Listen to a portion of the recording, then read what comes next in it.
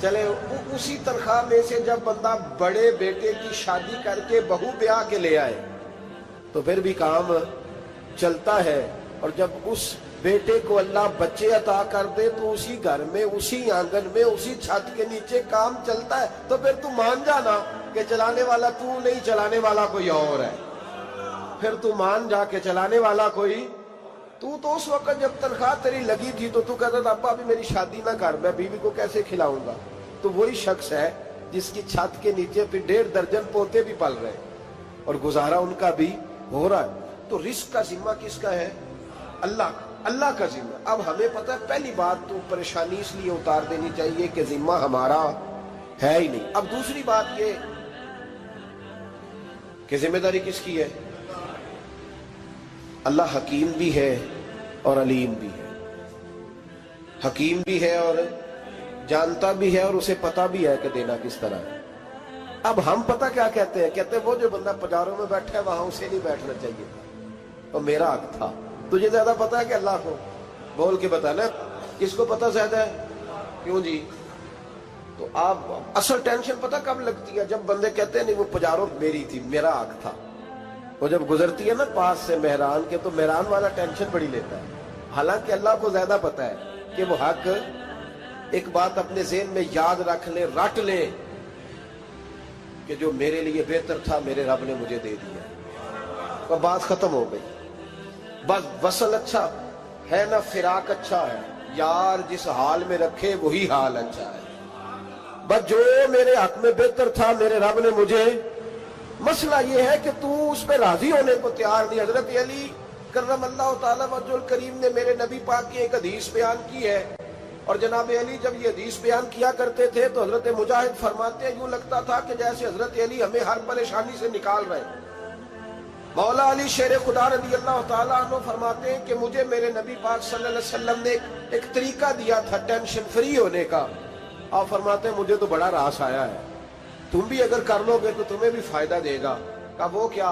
حضرت علی کہنے لگے محبوب علیہ السلام نے فرمایا تھا لوگوں تم اللہ کے دیے ہوئے تھوڑے رزق پہ راضی ہو جاؤ، وہ تمہاری تھوڑی عبادت سے تم سے راضی ہو جایا کرے گا۔ بس تم 2 نفل بھی پڑھو گے تو اللہ راضی ہو جائے گا، تم 1 رکوع بھی سویرے اٹھ کے پڑھو گے تو وہ راضی ہو جائے گا، وہ تمہارے 313 درود شریف سے راضی ہو جائے گا، تم اس کے دیے ہوئے تھوڑے رزق سے راضی ہو جائے۔ ٹینشن اس لیے ہوتی ہے کہ ہم راضی نہیں جو اس نے ہمیں دیا ہے۔ وہ حل میں مزید کی جو دوڑ ہے نا، حل میں مزید کی، بے قدرہ کچھ قدر نہ جاتی، کیتی خوب تسلی ہو، دنیا دار پجاری زردے، کتیاں دے گل ٹلی ہو، بک بک روشن اکھیاں تکیو ویک حویلی کلی ہو، تے کوچ نصیر اساں جد کیتی پہ جانی تھر تھلی ہو۔ تو یاد رکھیں یہ جو ہے نا مصیبت کے مال آ کیوں نہیں رہا؟ وہ سامنے والا پلاٹ میرے گھر کے سامنے ہے گھر کے سامنے، پر رجسٹری میرے نام کیوں نہیں؟ یہ مصیبت سانس نہیں لینے دیتی۔ موٹر سائیکل کھڑی کرتا ہے نا جب آ کے دکان سے روٹی کھانے آتا ہے، دفتر سے گھر آتا ہے، کاروبار سے آتا ہے، تو جہاں موٹر سائیکل کھڑی کرتا ہے وہ ٹینشن بڑی ہے کہ کبھی میری ہو جائے نا یہ والی جگہ، تو میں یہاں بھی بورڈ لگاؤں اپنے نام۔ اس نے مالی پریشانی پیدا کی۔ تو جس حال میں ہے، کیونکہ تو نے اپنا یہ حال خود نہیں بنایا، جس نے بنایا ہے وہ بڑا بہتر جانتا تھا کہ تو اسی حال میں اسے اچھا لگتا ہے۔ تو اسے اسی حال میں، ایک بزرگ تھے تو ان کی طبیعت بڑی علیل ہو گئی، بیمار ہو گئے، تو اللہ نے آزمائش دی تو کیڑے پڑ گئے وجود میں۔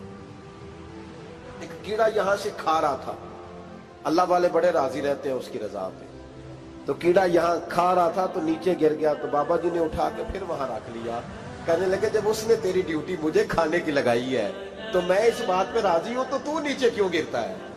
بٹ ٹھیک ہے کھا، جب اس نے تجھے ڈیوٹی جو تیری لگائی۔ سالبہ بن عبد الرحمن ایک صحابی تھے، سالبہ غالباً، نبی پاک صلی اللہ علیہ وسلم کی خدمت میں آئے، کہنے لگے یا رسول اللہ صلی اللہ علیہ وسلم غربت بڑی ہے، میرے لیے دعا کریں اللہ زیادہ مال دے۔ تو محبوب صلی اللہ علیہ وسلم نے فرمایا تو جس حال میں اچھا ہے وہ تیرے لیے بہتر ہے، جس میں تو ہے وہی حال تیرے لیے۔ مشکل ہے نا یہ جواب سننا؟ کہتے پیر صاحب فلان جگہ سے تویز آیا، وہاں تو وارے نے آرے ہو گئے، تو آپ کے ہاں؟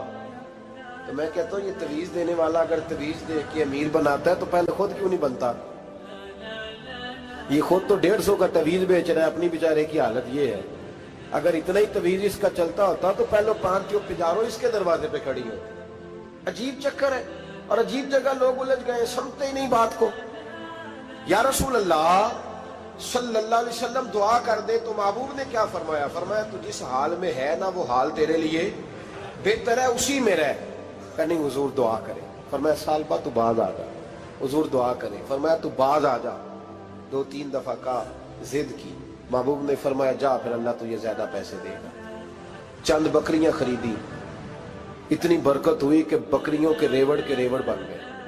پھر کچھ بکریاں بیچ کے گائے خرید لی، ان کے بھی ریوڑ ہو گئے. پھر کچھ اونٹنیاں لے لی، ریوڑ ہی ریوڑ. پہلے 5 وقت مسجد میں آتے تھے، اب فجر اور عشاء رہ گئی. پھر مال زیادہ ہوا تو مدینے شہر میں کوئی جگہ ہی نہیں، مدینے سے باہر حویلی خریدی. پھر جمعہ ہی رہ گیا. جمعے کے جمعے آتے زکوٰۃ کا حکم آیا. میرے نبی کریم علیہ السلام نے حضرت ابو ہریرہ کو بھیجا. فرمایا جا اسے کہہ تیری زکوٰۃ بنتی ہے 2.5%. 10 کروڑ روپیہ ہو تو کتنی زکوٰۃ بنتی؟ بھئی 1 کروڑ کی 2.5 لاکھ ہوئی نا، تو 10 کروڑ کی کتنی ہوئی؟ تو بڑی مصیبت ہے جب بینک سے میسج آتا ہے نا کہ 25 لاکھ نکل گیا تیرے اکاؤنٹ سے. بہت بڑی مصیبت، بڑی ٹینشن ہوتی ہے. ایک صاحب میرے پاس آئے، ان کی زمین اچانک مہنگی ہو گئی. اچانک پہلے کچھ 15-16 لاکھ کی ایکڑ زمین تھی، پھر وہ کروڑ کی ہو گئی. تو میرے پاس آئے، کہنے لگے وہ 10 کروڑ روپے بنتے ہیں تو زکوٰۃ. تو میں نے کہا آپ نے کیا کیا؟ ذری زمین پہ عشر آتا ہے، اس پہ زکوٰۃ نہیں آتی، تو آپ نے کیا کیا؟ کہنے لگے وہ کچھ سوسائٹی کے رول کے مطابق میں نے فائلیں وغیرہ لے لی ہیں، اب میں نا کبھی موقع آئے گا تو ان کو بیچوں گا. تو میں نے کہا اب تو آپ کا یہ مال ہو گیا بزنس کا، تو اب تو اس پہ زکوٰۃ آئے گی. 10 کروڑ پہ جب 25 لاکھ سنا تو کہنے لگے فوراً دینی پڑتی ہے کہ تھوڑی تھوڑی سے بھی کام چل جاتا ہے. تو میں ان کا چہرہ دیکھنے لگا. میں نے کہا نہیں وہ تو آپ کو پتا ہے. ویسے حضرت عمر فرمایا کرتے تھے بانٹ کے نہ دو، کوشش کرو کسی ایک کو ہی دو، چلو کسی کا تو کچھ بن جائے. تو ایک کو ہی دینی چاہیے. کہنے لگے تو مطلب یہ ایسا ہی حکم ہے؟ میں نے کہا آپ کسی اور سے تحقیق کر لیں. اب یہ بھائی لیتے وقت نہیں تجھے ٹینشن ہوئی کہ 15 لاکھ کا کروڑ ہو گیا تو اس وقت ہی تو نے کہا کہ یا اللہ. تو یہ کیسی سوچ ہے مسلمان؟ کس طرح کا اس کا؟ ہمارے ہاں جب کسی آدمی پہ حالات خراب ہوتے ہیں نا تو سب سے پہلے وہ اس طرح کرتا ہے کہ جو میں کہیں اللہ کے رستے میں دیتا ہوں پہلے اسے بند کروں. جس رستے تجھے آ رہا تھا پہلے تو نے وہ رستہ بلاک کیا. حضرت اسماء بنت ابی بکر صدیق کہتی ہیں میں حضور کو مسجد کے لیے، ادارے کے لیے، صحابہ صفہ کے لیے کچھ دے رہی تھی تو میں نے گننا شروع کیا تو حضور مسکرانے لگے. حضور مسکراتے کیوں ہیں؟ تو فرماتے لگی محبوب فرمانے لگے اسماء اللہ کے رستے میں گن گن کے نہ دیا کر، ورنہ وہ بھی تجھے گن گن کے دے گا. تو اس کے رستے میں بے حساب دے، وہ بھی تجھے بے حساب ہی عطا فرمائے. لیکن پہلے یہ والا پہلے دروازہ بند کرو، یہاں سے پیسے ختم ہو رہے ہیں. تو اس طرح کرنا بھائی. اس دفعہ سوٹ ذرا گرمیوں والے نہ خرید، لیکن جو تو اللہ کے رستے میں دے رہا ہے اسے دیتا رہے. لیکن ہم اپنا نقصان کرتے ہیں، زیادتی کرتے ہیں اپنے ساتھ. میں نے آپ کو پہلے بھی بتایا تھا پیار کی بولی ہے، پھر بولتا ہوں. ایک بڑے بڑے پیار والے دوست ہیں، ایک دفعہ مجھے کہنے لگے کہ آپ کئی دفعہ اعلان کرتے ہیں تو مجھے اچھا نہیں لگتا، اور آپ ادارہ بھی بہت زیادہ بننے والا ہے، بڑی چیزیں میں دیکھتا ہوں جو ہوں تو بڑا نظام اچھا ہو جائے. آپ دعا کریں اللہ مجھے پیسے دے تو میں بڑے سارے خرچ کروں گا اس کے رستے میں. تو میں نے کہا یا اللہ اسے 10 کروڑ دے، یہ 9.5 کروڑ تیرے رستے میں دے دے گا. تو چپ کر گیا، جس طرح آپ نہیں کر گئے سارے، چپ کر گیا وہ بھی. اس نے کہا جی نہیں جی انشاءاللہ کریں گے. تو میں کیا پلیا جی تے دعا پہ ہی ہوندی ہے، ابھی تو وہ آئیں گے تو تب دیکھی جائے گی. تو یہیں اڑ گیا ہے. یعنی 9.5 کروڑ اللہ کے رستے میں خرچ کرنے کی دعا پہ بھی آمین کوئی نہیں کہتا کہ چلو آمین ہی کہہ دے. تو میں کہا تینوں تے 50 لاکھ بچتا سی پیا، لیکن تو اس سودے پہ تیار ہے. جب یہ سوچ ہوتی ہے، یہ غلط سوچ ہے. یہ بات تو اگر تم مسکرانے والی، لیکن یہ سوچ صحیح نہیں. حضرت عثمان غنی رضی اللہ تعالیٰ عنہ کہتے ہیں جس وقت نبی پاک صلی اللہ علیہ وسلم نے اعلان کیا نا جنگ کے موقع پر کہ 800 سپاہیوں کا خرچہ چاہیے، کہتے ہیں میرے پاس 600 کا تھا. یہاں ایک روایت میں حضور نے 1000 کا اعلان کیا تو میرے پاس 800 کا تھا. جب 2-3 دفعہ نبی پاک نے اعلان کیا تو کہتے ہیں میں نے کھڑے ہو کے کہا یا رسول اللہ پورا 800 کی طرف سے. کہتے میں نے 200 سپاہی کا خرچہ ادھار اٹھایا لیکن پورے 2 مہینے نہیں گزرے تھے، رب کریم نے مجھے کئی گنا کر کے پیسے واپس عطا فرما دیے۔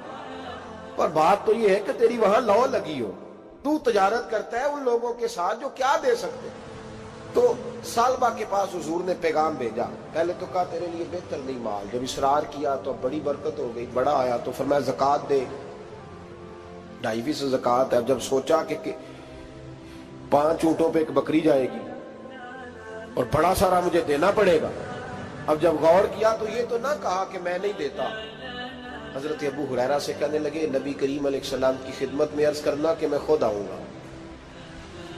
حضرت ابو ہریرہ نے آ کے عرض کی یا رسول اللہ صلی اللہ تعالی علیہ وسلم، حضور وہ کہتے تھے میں خود آؤں گا، تو کہتے ہیں محبوب نے ٹھنڈی سانس لی، فرمایا اسے کہا تھا کہ تیرے لیے مال بہتر نہیں، اب ہلاک ہو گیا، ہائے افسوس ہلاک ہو گیا۔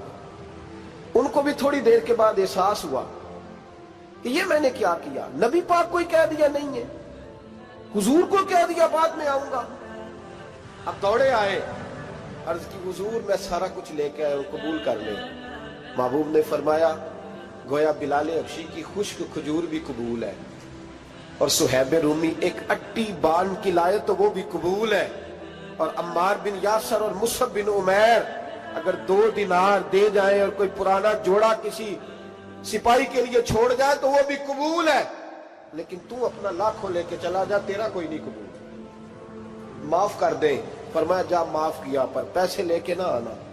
اگلے سال پھر آئے، بندے ہوئے ہاتھ ہیں، محبوبہ میں دولت کا کیا کروں گا، آگ لگانی ہے، قبول کر لے۔ فرمایا تو لے جا، تیرا نہیں قبول، گرا جو ان کی نگاہ سے وہ سنبھل نہیں سکتا۔ حضور نے وصال ظاہری کیا تو جناب صدیق اکبر کے پاس آئے، لاکھوں کا مال، ابو بکر قبول کر لو، تو جناب صدیق اکبر کہنے لگے اس کا کر لو جس کا نبی نے نہیں کیا، چل جا کوئی نہیں چاہیے۔ حضرت عمر کے زمانے میں قحط پڑ گیا، بارشیں نہیں ہوتی، غلہ نہیں ملتا، حالات خراب ہے، مالی طور پہ بحران آ گیا، غربتیں، مجبوریاں، تکلیفیں، آ کے روئے، عمر میرا قبول کر لو، مجھے معافی تو مل گئی تھی نا۔ فرمایا معافی اپنی جگہ پہ، پر جس کا مصطفیٰ نے قبول نہیں کیا۔ بہت سارے لوگوں کو پتہ ہی نہیں کہ ان کا قبول ہی نہیں ہوا، اور وہ الجھے ہوئے، انہیں خبر ہی نہیں کہ اصل بات کیا ہے۔ فرمایا جس کا مصطفیٰ کریم نے قبول نہیں کیا، اب ہیرے اور جواہرات بھی لے کے آئے تو بھوکے مریں گے، پر اس کا قبول، اس بات پہ راضی رہو، اس حال میں اللہ نے رکھا ہوا، اس حال میں راضی رہو۔ جو مصیبت ہے نا دیکھنی کہ وہ بھی میرے پاس، تمہیں کیا پتا، کبھی پوچھ تو صحیح اس سے وہ کس مصیبت کا شکار ہے، جو مالی طور پہ بڑا امیر ہے، تو اس کی طرف دیکھ کے اپنا دل برا کرتا ہے۔ بس جس حال میں رب نے رکھا ہے اس حال میں رہ۔ حضرت عثمان غنی کے زمانے میں تو وہ وصال کر گئے، لیکن بھائی تو جس حال میں تیرا رب تجھے رکھتا ہے اس حال میں رہ، تیری مالی پریشانیاں ختم ہو جائیں گی۔ میں نے پہلے بھی شاید آپ کو ایک دفعہ کہا تھا، میں تعلیم سے فارغ ہوا تو میرے ایک استاد اور میرے کچھ دوست کہنے لگے افریقہ آ جائیں آپ، بھائی بہت بڑا ادارہ ہے، اس کو چلائیں، اس کو سنبھالیں۔ میری والدہ سے میں نے کہا، کچھ طبیعت ہوتی ہے نا انسان کی، میرا بھی دل لگ گیا۔ میری اماں پڑھی نہیں تھی لیکن اللہ نے دانائی بڑی عطا فرمائی تھی، حکمت بڑی تھی، سیانی بڑی تھی۔ تو میں نے کہا اماں جی وہ مجھے ساؤتھ افریقہ کی دعوت ہو رہی ہے تو آپ کیا کہتی ہیں؟ تو اٹھ کے میرے پاس آ گئی اور مجھے انہوں نے اپنے بازوؤں میں لے لیا، پھر میرا ماتھا چوما، کہنے لگی پتر میں تے وال بھی نہ پوٹ پہ دیوا کسی نے، ہم نے دولت کا کیا کرنا، تو اللہ کا نام لے کے کہیں بیٹھ جا، رب کریم رون کے لگا دے گا، خیر ہو جائے۔ تو میرے بھائی یاد رکھیں ان چیزوں سے تھوڑا سا دیکھیں نا، قناعت کریں، جو اللہ نے دیا اس پہ راضی ہو جائے، اللہ بڑا مہربان ہے، وہ آسانیاں کر دیا کرتا ہے۔ تو یاد رکھیں میرے رسول کریم علیہ السلام نے ایک تو ہمیں درس یہ دیا ہے کہ تو سمجھ جا، قرآن نے ہمیں بتایا ہے کہ روزی تیری ذمہ داری نہیں، روزی کس کی ذمہ داری ہے؟ اللہ کی۔ اور دوسری بات یہ کہ جو اللہ نے تمہیں دیا ہے اس پہ تو راضی ہو جا، تیری مالی پریشانیاں ختم ہو جائیں۔ اور پھر حضور صلی اللہ علیہ وسلم نے فرمایا مذہبی طور پر جب دیکھو تو آگے دیکھو، اور دنیاوی طور پر جب دیکھو تو پیچھے دیکھو، پریشانی ختم ہوگی۔ مذہبی طور پر جب دیکھو، جو 5 نمازیں پڑھتا ہے وہ تہجد پڑھنے والے کو دیکھے، اور جو تہجد پڑھتا ہے وہ اشراق چاشت پڑھنے والے کو دیکھے، اور جو بندہ اشراق اور چاشت پڑھتا ہے پھر اس کو دیکھے جو سارا دن مصطفیٰ پہ درود پڑھتا ہے۔